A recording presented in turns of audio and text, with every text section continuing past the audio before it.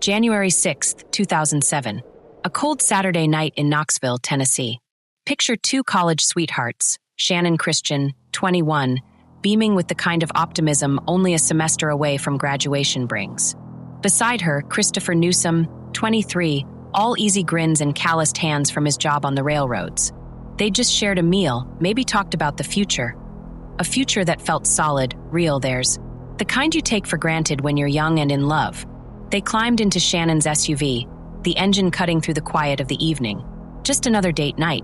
Just another chapter in a story they believed was only beginning. But before the next sunrise, that ordinary night would twist into something unimaginable. A nightmare so savage it wouldn't just end two vibrant lives. It would fracture a community, expose raw nerves in the justice system, and leave scars that refuse to fade, even now, nearly 2 decades later. This isn't just another true crime tale. This is about stolen light, the crushing weight of potential extinguished. It's about a system that stumbled when families needed it most. And above all, it's about two names we must never let become just footnotes in a horror story: Channon Christian and Christopher Newsom. Remember them, because what happened that January night didn't just change everything for them, it changed everything forever for everyone who loved them. And it demands we pay attention. Before true crime forums dissected their case, before news vans swarmed their streets, before their names became synonymous with unimaginable horror, Channon Christian and Christopher Newsom were simply Chris and Chann Shannon Gale Christian, 21 years old, a senior at the University of Tennessee, studying to be a teacher. Friends described her smile as contagious, the kind that lit up a room. She had plans. Graduation was just months away in May 2007. She loved her family fiercely, adored her little dog, and collected snow globes, tiny worlds of swirling beauty she'd line up on her windowsill. She was the girl next door, full of warmth and quiet determination. Christopher Tyrone Newsom, 23, a hard worker, literally laying tracks for the railroad. He wasn't chasing a corporate ladder. He found pride in honest labor, in the grit under his nails. His passion roared on 2 wheels. His Harley-Davidson wasn't just a bike. It was freedom, it was identity. But his biggest dream? Building a life, a real life, with Channon. They weren't just dating. They were high school sweethearts from Knoxville's Carter High. Their bond wasn't flashy, it was deep roots. Comfortable silences. Shared histories. Plans whispered for a future house, maybe kids one day. They were ordinary in the absolute best sense of the word. Not famous, not wealthy, just deeply human.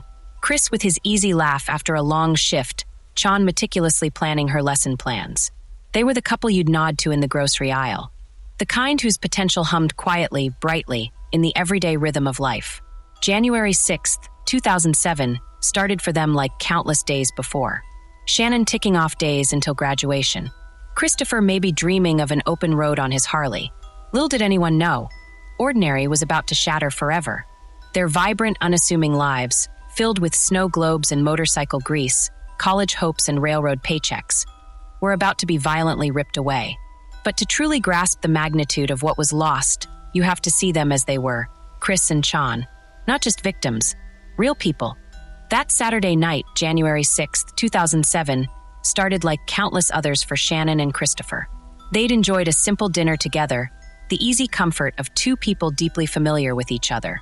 Afterwards, they drove to a friend's apartment complex in a quiet, seemingly safe neighborhood in Knoxville. It was just a stop, a brief visit. Nothing felt out of place. Nothing felt dangerous.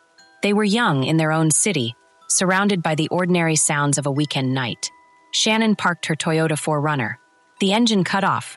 For a moment, it was just them in the quiet dark of the vehicle. Then, in a terrifying heartbeat, everything changed. Figures emerged from the shadows. Suddenly, the reality of a carjacking was upon them. Guns were pointed. Threats were barked. Christopher and Channon, utterly unprepared for this level of violence erupting in a familiar place, had no chance to react or escape. They were trapped. Forced from their own vehicle at gunpoint, the unimaginable terror began. The control over their own lives, their own bodies, was violently ripped away. They were driven away in Shannon's SUV, captives in a space that moments before had been theirs. The familiar streets of Knoxville blurred past the windows, now a terrifying backdrop to a nightmare they couldn't wake up from. The drive ended at a different house, a rundown, yellow brick rental on Chipman Street. It wasn't a home, it was a place of darkness. This is where the horror truly descended, where Channon and Christopher were separated. That separation was the last time they saw each other alive. It's a moment too painful to truly grasp. The final, terrifying glance between two people who loved each other, knowing something unspeakable was happening, but powerless to stop it or comfort one another. Christopher Newsom was taken first, dragged away from Channon, bound helpless. He was forced onto a train track embankment near the house, a place of cold gravel and steel lines cutting through the night. There, in that desolate spot, Christopher, the young man who worked on the railroads, was subjected to brutal, dehumanizing violence. He was assaulted, tortured, and then he was executed, shot. His life, his dreams of a future with Channon, extinguished with shocking cruelty. His body was left there, discarded like trash near the tracks he might have helped maintain. Christopher Newsom was just 23 years old. Back in that grim house on Chipman Street, Channon Christian's ordeal was only beginning. She was dragged inside into a living hell, for hours that stretched into an agonizing eternity. Not just that night, but into the next day and night, she was imprisoned within those walls. Imagine the sheer terror. Alone, knowing Christopher was gone, but not knowing how or where. Facing not one, but multiple attackers. What happened to Channon inside that house was a sustained campaign of unspeakable brutality. She was beaten. She was violated repeatedly and sadistically by different men. She was subjected to horrific degradations designed to break not just her body, but her spirit. She was kept bound, likely gagged, trapped in a suffocating atmosphere of violence and depravity. Her captors showed her no mercy, no shred of humanity. They treated her like an object, not a human being. The details of what Channon endured are profoundly disturbing. They are gut-wrenching. Speaking them aloud feels heavy, almost unbearable. She was physically assaulted in ways that defy comprehension. She was poisoned, likely with a household cleaner, a final, vicious act meant to silence her forever, to erase the evidence of their crimes against her. It was an act of pure, calculated evil. Why do we speak of these terrible things? Why confront the sheer depth of the horror inflicted upon Christopher and Channon? Because their suffering mattered. It was real.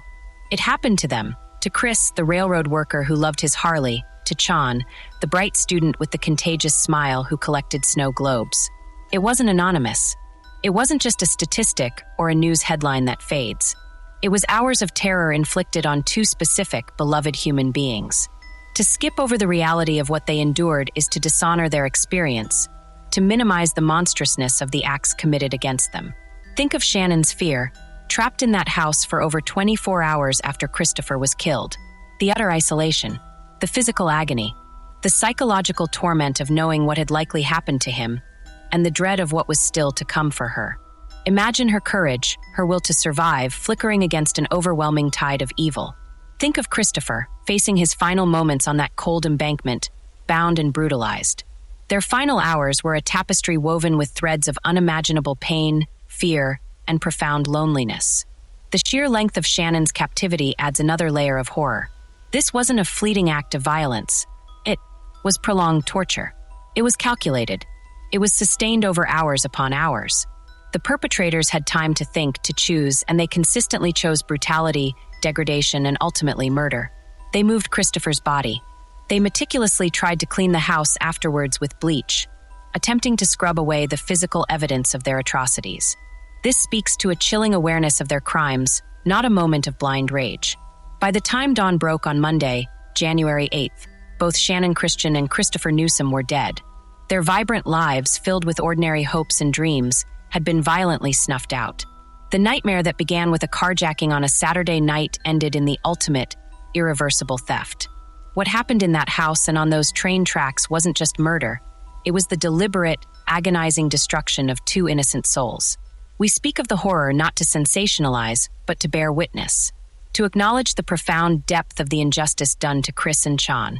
To remember that their final hours were a descent into a darkness few can comprehend, and that this darkness was inflicted by other human beings. Their suffering was real. It was specific, and it demands our acknowledgement, even in its terrible, heartbreaking detail. When Channon didn't come home Saturday night, worry flickered in her mother Dina's heart. By Sunday morning, that worry hardened into cold, certain dread. This wasn't like her daughter. Channon was responsible. She checked in. She cared about her family not panicking. Dina Christian knew something was terribly wrong. A mother's instinct isn't just a feeling. It's a deep, primal understanding that cuts through logic. Her child was in danger. Dina didn't wait. She called friends. She called Christopher's family. No one had seen them. The fear grew teeth. She went to the Knoxville Police Department. This wasn't a report of a missing adult who might have stayed out late. This was a plea from a mother whose heart was screaming. "Find my daughter," she begged them. "Something bad has happened. Please find her." Her voice held a raw terror only a parent facing the unthinkable can understand. She knew Channon wouldn't vanish. She knew Christopher wouldn't let Channon vanish. This silence meant violence. Police initially filed a missing persons report. But Dina's urgency, her absolute conviction that Channon was hurt, pushed them. This wasn't apathy. It was procedure bumping against a mother's desperate certainty. Time crawled. Sunday bled into Monday. Every hour felt like a lifetime of agony for Dina, for Christopher's mother Mary, for their families. Where were their children? Then a break. A tip. Not a grand revelation, but a small, crucial lead. Someone reported seeing something suspicious near a particular house. A rundown, yellow brick rental at 2316 Chipman Street. It was enough. On Monday, January 8th, detectives went to investigate. What they walked into wasn't just a house. It was a crime scene disguised by frantic cleaning. The air reeked of bleach. The floors were wet. Walls had been scrubbed. Someone had tried very hard to erase what happened there. It felt hollow. Wrong.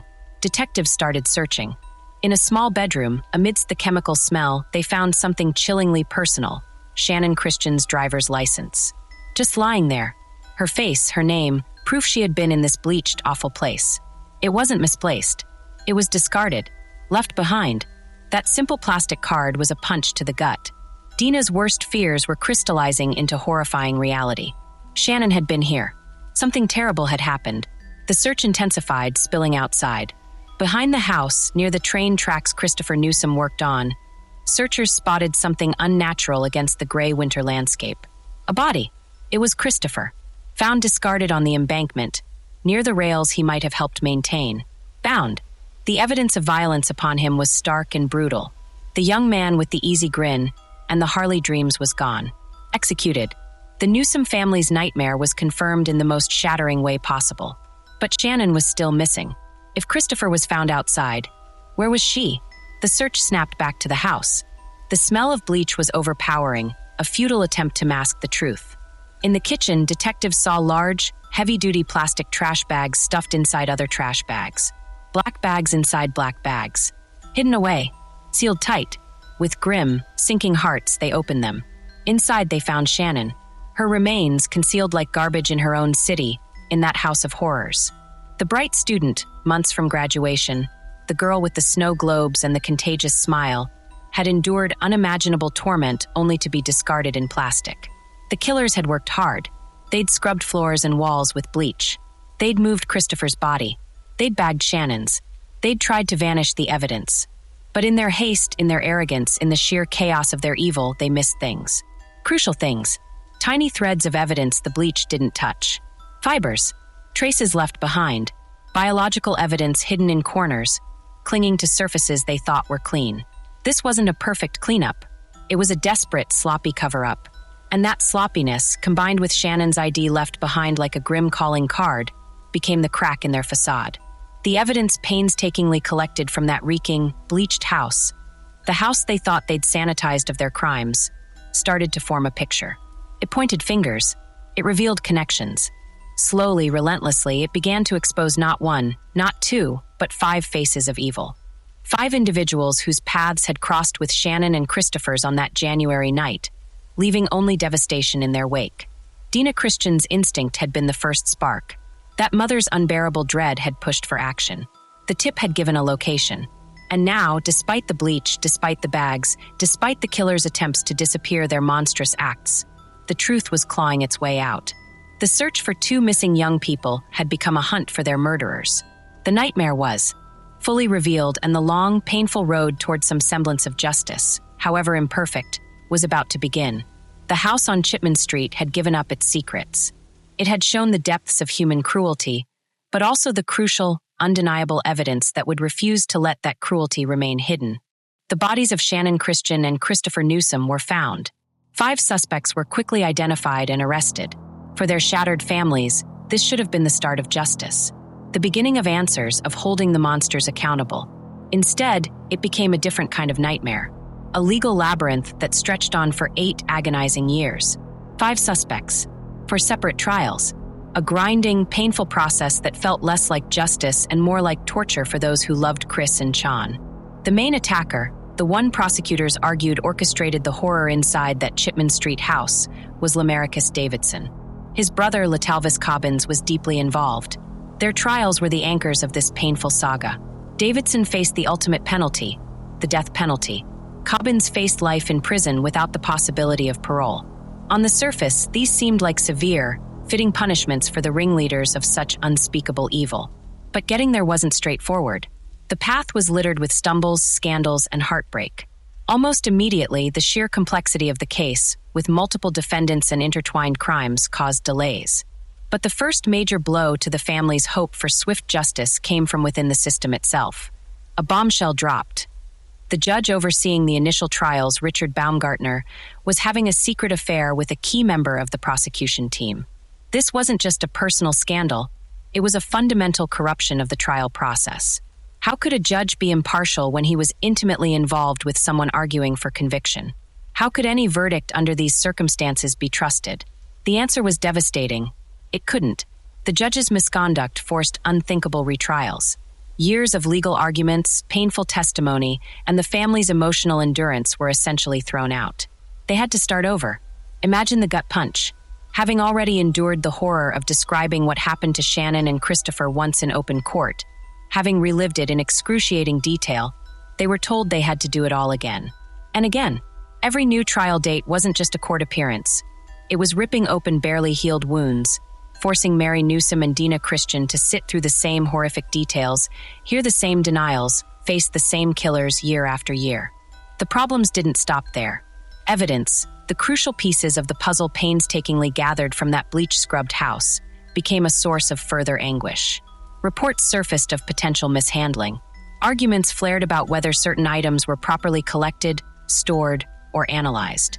In a case built on forensic details to connect the suspects to the brutal crimes, any doubt cast on the evidence was like poison seeping into the foundation of the prosecution. It fueled endless appeals, dragging the process out further, giving the defense avenues to challenge everything. For the families, every appeal hearing felt like a betrayal, a chance for the killers to slip through cracks in the system they had already shattered. Then there was the case of Vanessa Coleman. She was the sole female suspect among the 5. Prosecutors argued she was present in the house during Shannon's prolonged, horrific ordeal. They claimed she participated, or at the very least, did nothing to stop it, becoming complicit through her presence and inaction. Yet, Vanessa Coleman walked free. In exchange for her testimony against the others, particularly Davidson and Cobbins, she was offered a plea deal. She pleaded guilty to a lesser charge of facilitation related to Christopher's kidnapping. Her sentence? Time served. She was released shortly after her plea. Think about that. While Davidson faced death, Cobbins faced life without parole, and others faced decades, Vanessa Coleman, accused of being inside the house where Channon suffered unimaginably for over 24 hours, simply walked out of the courtroom. Free. For the Christian and Newsom families, this wasn't justice. It was a slap in the face. How could someone present during such depravity receive virtually no punishment? The deal left a bitter taste, a gaping hole in the concept of full accountability. It screamed a terrible truth. The system valued securing convictions against the worst offenders more than ensuring every participant faced meaningful consequences. Many, including the grieving parents, asked aloud, with heavy hearts and furious disbelief, "Where is the justice for Channon in that? How is this fair?" So, what was the final tally after 8 exhausting years? Lamarcus Davidson was convicted and sentenced to death. He sits on death row. Latalvis Cobbins received life without parole. George Thomas, another accomplice, also received life without parole. Eric Boyd, involved in the carjacking and initial events, but not charged with the murders directly, received an 18-year federal sentence. And Vanessa Coleman walked free. On paper, 3 of the 5 were locked away forever or faced execution. But the journey to get there inflicted its own deep wounds. The judge's affair, and the resulting retrials eroded public trust. The evidence issues fueled doubts and prolonged suffering. And Vanessa Coleman's plea deal felt like a profound injustice. A stark reminder that the system often operates on cold calculation, not the raw, desperate need for full accountability that victims' families carry. For Dina Christian, Mary Newsom, and their families, every single court appearance over those 8 years was a brutal pilgrimage back to the worst moment of their lives. They sat in rooms filled with people dissecting the agonizing final hours of their children.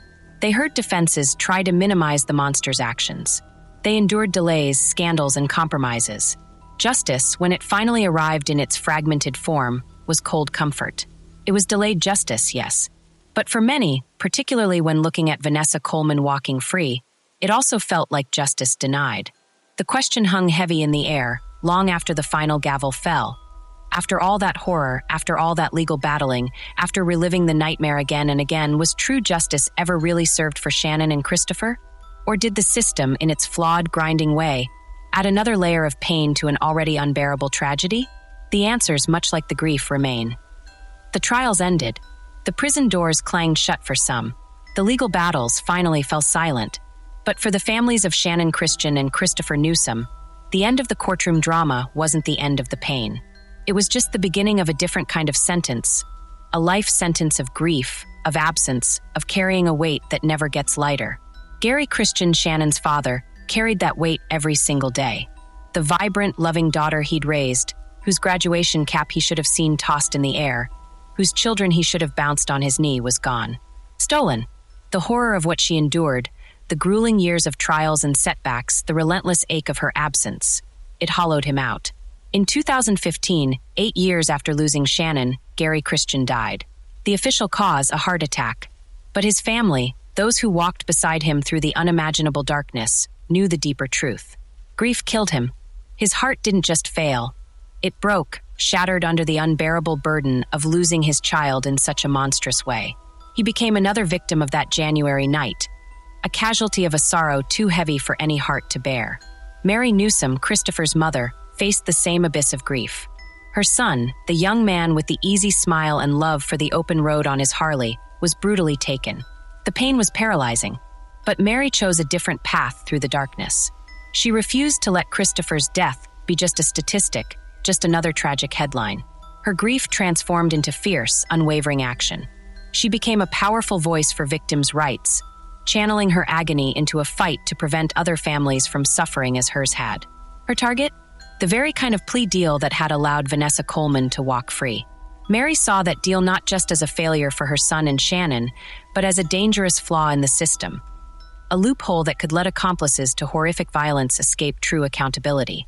She poured her energy, her grief, her love for Christopher into championing Christopher's law.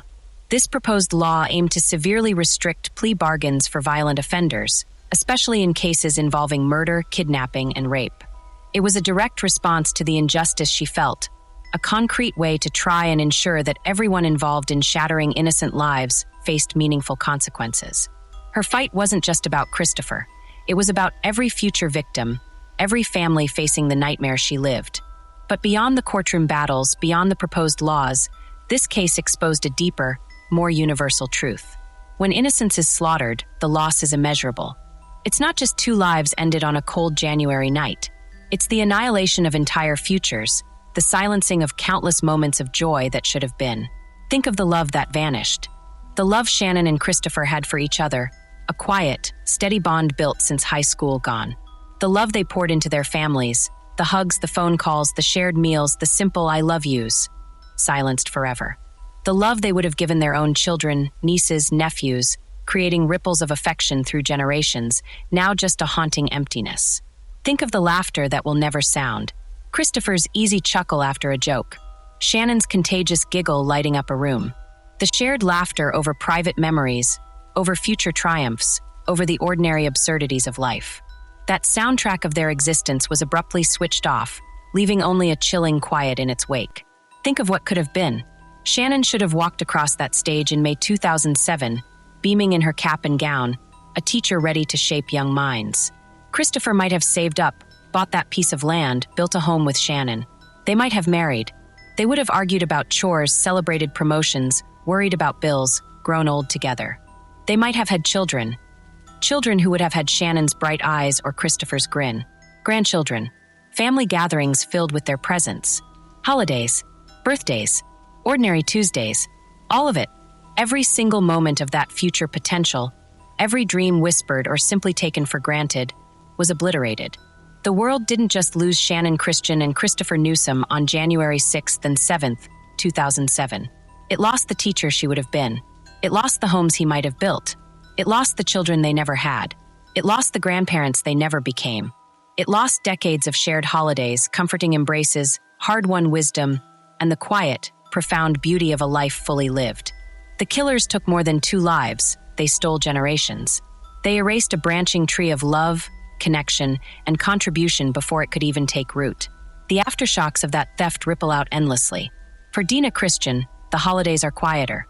Her daughter's room, perhaps still, holding those snow globes, is a museum of heartbreaking memory.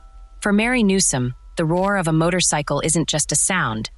It's a ghost, a reminder of the son who won't ride home. For siblings, friends, the entire community that knew them, there are empty chairs that can never be filled, conversations that end too soon, a constant, low hum of absence. Gary Christian's death is the starkest reminder. This pain doesn't heal. It changes shape. It softens at the edges sometimes, only to surge back with brutal force on a birthday, an anniversary, or at the sound of a familiar song. It becomes a part of you, a shadow you learn to walk beside. Mary Newsom's fight for Christopher's law shows one way to carry that pain, to forge it into something hard and purposeful. But even in that fight, the core truth remains. No verdict, no law, no amount of time can ever rebuild the futures that were demolished in that house on Chipman Street. The laughter is gone. The love they would have created is lost. The what could have been is a vast, silent landscape of grief that Channon and Christopher's families, and all who loved them, must navigate for the rest of their days. The aftershocks never stop. The wound never truly closes. Some losses are simply too deep. 17 years have passed. True crime stories rise and fade like headlines. New cases shock us, then recede. So why do we still speak the names Channon Christian and Christopher Newsom? Why does this tragedy, out of so many, refuse to be buried by time? Because their story isn't just about how they died. It's about how they lived. It's a stark mirror held up to who we are, what we value, and what we cannot afford to forget. We say their names because they were more than victims. Christopher wasn't just a statistic. He was the guy who felt the rumble of a Harley-Davidson engine deep in his chest. He loved classic rock, the raw energy of it, the stories in the chords. Maybe he air guitared in his room. Maybe he dreamed of road trips under open skies, music blasting. Channon wasn't just a headline. She was the young woman who carefully placed each new snow globe on her windowsill. Tiny, perfect worlds captured under glass. A reminder of beauty, of places unseen, of a future full of possibilities she was so close to grabbing. They had quirks, bad habits, inside jokes, favorite foods, annoyances. They weren't saints, they were real. Complex, flawed, hopeful, utterly human. And they had people, family, friends, whose hearts still ache with the shape of their absence. That ache isn't history, it's a living, breathing reality. In a world obsessed with true crime, where podcasts dissect killers' motives and documentaries linger on their faces, we choose to remember the light, not the darkness. It's easy to become fixated on the monsters, to let their evil overshadow the lives they shattered. But Channon and Christopher deserve more. They deserve to be remembered for the laughter Christopher shared, the determination in Shannon's eyes as she studied, the quiet comfort they found in each other. Their story compels us to shift the focus back to the stolen, not the thieves, to honor the ordinary, beautiful humanity that was extinguished, not glorify the brutality that extinguished it. Remembering them, their dreams, their quirks, their potential, is an act of resistance against the darkness that took them. Their tragedy forced Knoxville to look itself in the eye. This wasn't some distant horror. It happened on familiar streets, in an ordinary neighborhood. It shattered the illusion of safety many clung to. Suddenly, the city had to confront uncomfortable truths about vulnerability, about evil festering in plain sight, about whether its systems truly protected the innocent. The grueling, flawed trials exposed cracks in the justice system that couldn't be ignored. The plea deal that let Vanessa Coleman walk free sparked outrage and debate that echoed far beyond Tennessee. This case wasn't just a crime. It was a catalyst, forcing a community, and a nation watching to ask hard questions about accountability, about victims' rights, and about the raw, terrifying randomness of violence. It reminded us of fundamental truths we often bury. Safety is fragile.